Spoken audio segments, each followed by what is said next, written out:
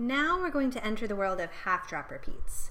So you may know what a half-drop repeat is, you may not. You may have heard the term before and wondered about it, what it is, why you would want to design a half-drop repeat, what they're for, when it's appropriate to create one, all of those types of things. So let's talk about all that. So to get us started, I'm going to give you a quick visual lesson.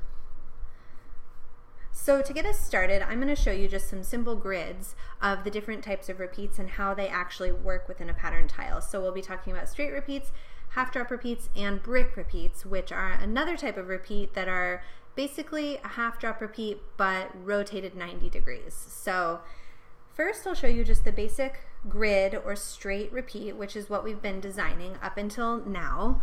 Motifs are placed within the pattern tile and they repeat at the same place, right to left, top to bottom, just the way we've learned. So that is our straight repeat.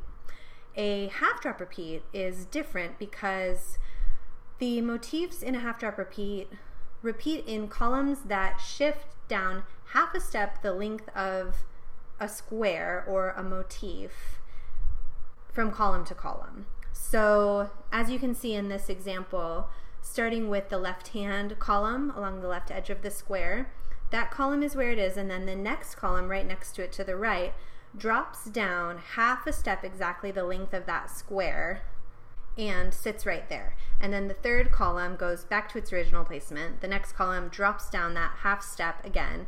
So you can see it forms this nice kind of zigzag formation, I guess. And the way that that's laid out within a pattern tile is a bit different than the way that a straight repeat or a grid repeat is laid out. So that's a half-drop repeat, little visual example. And a brick repeat, if you can picture that exact same thing, just rotating either to the right or to the left, 90 degrees.